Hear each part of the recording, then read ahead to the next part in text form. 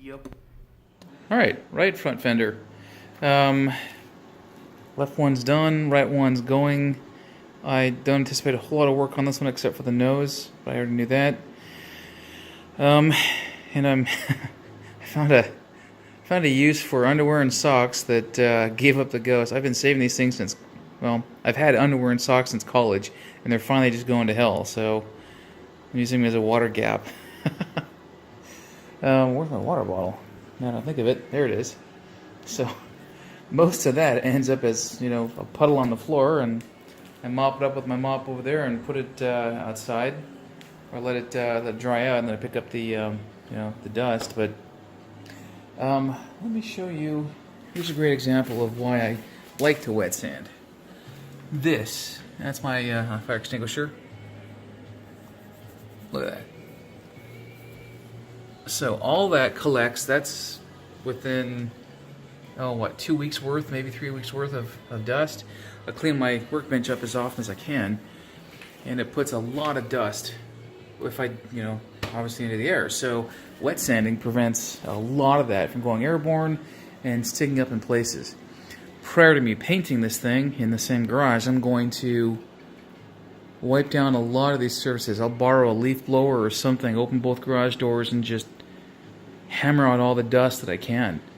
And then clean and re-clean and clean once more all the surfaces. So that's why I like to wet sand, and what good stuff it does for a do-it-yourself in the home kind of guy like me. Oh, this is interesting. For anybody who likes to dry sand, and that's perfectly fine. I'm trying to get myself ready here. I'm wet sanding, right? And you see a whole lot of junk on here.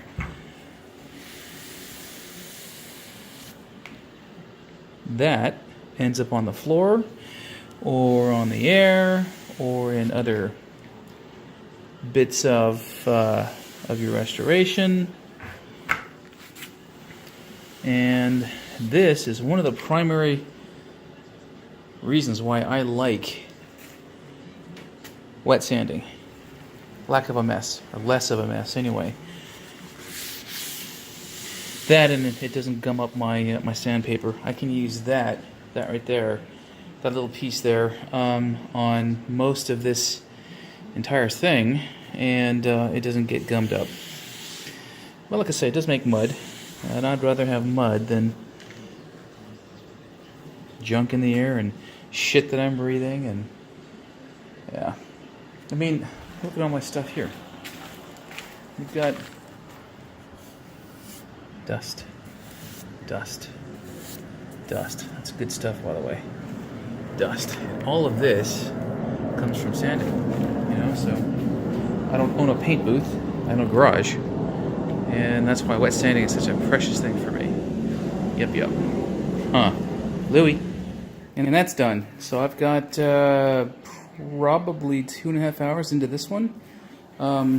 It looks ugly as hell, but there's some water running down, and there's a spot that I have to redo. Some other spots I'm going to redo. Overall, though, another pretty good job on bodywork. I'm not too displeased. I've also taken care of a lot of issues in the nose. All of that I'll re-prime here, and yeah, not bad. There's no seam in the front. Yep. Not bad at all. Not bad at all. I think I'll do probably my trunk lid next. That'll take probably 2 minutes because it's dinky and I didn't do a lot of body work to it. Well, I did a little bit of body work to it, but that and the trunk. So, yeah. Trunk and hood, yeah. There we go. And one more thing. I'm often asked, or I've been part of conversations anyway, as to why you can't just use primer and call it a day and run around on it. If you put primer directly to metal, you can see that it does not run down.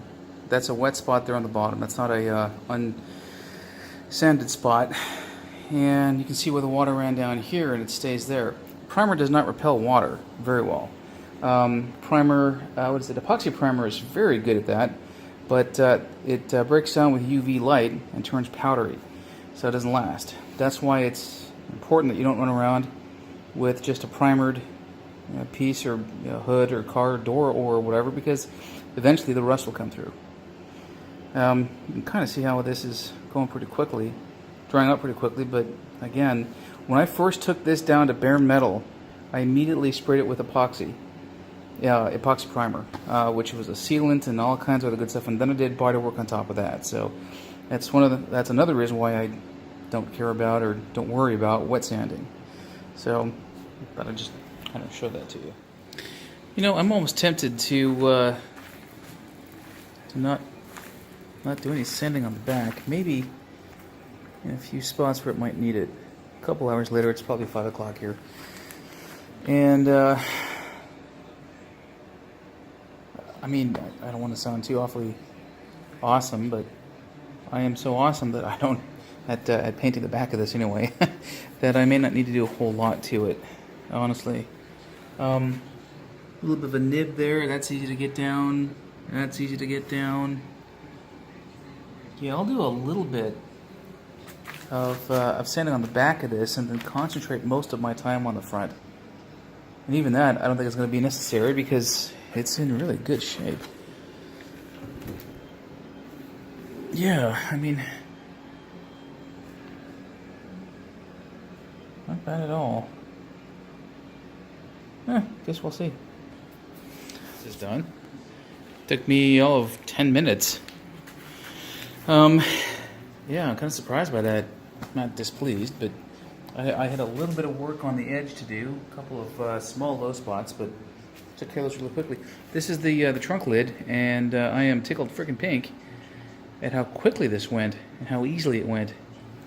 So there at the door is my damn hood. I'll get that next. That'll be probably 20 minutes, 30 minutes if that. I put an enormous amount of work into that thing to make it smooth, so fuck yeah. And this will take exactly 5 minutes.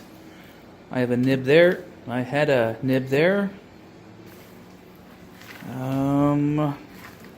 I may even out or do some light sanding on the rail here. But piece of wood goes in there, so I'm not too awfully worried about what I don't see as a fuck up anyway. Where's that piece of wood? Right here somewhere. I don't know. And there's a nib there. I'm not going to care about that. A couple of nibs there. I saw something online. It's a hood liner that's got the MG logo on there. So anything I paint on the underside of the hood isn't going to be seen. And it's, yeah, I'll take care of those. They're dinky. And the other side of the hood isn't too bad either. So, goddamn, what I thought would be 6 hours or 5 hours on the trunk and the hood here is about a half hour. Hell yeah! And here's my hood. Not that I'm done with it. I've just turned it over. I know I've got that to even out. That'll be easy. Maybe repaint, but I don't think I've got a whole lot to do on the hood. So, woohoo! And this is done.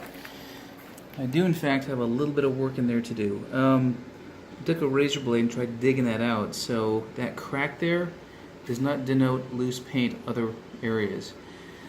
So that's gonna be some. Let's see there.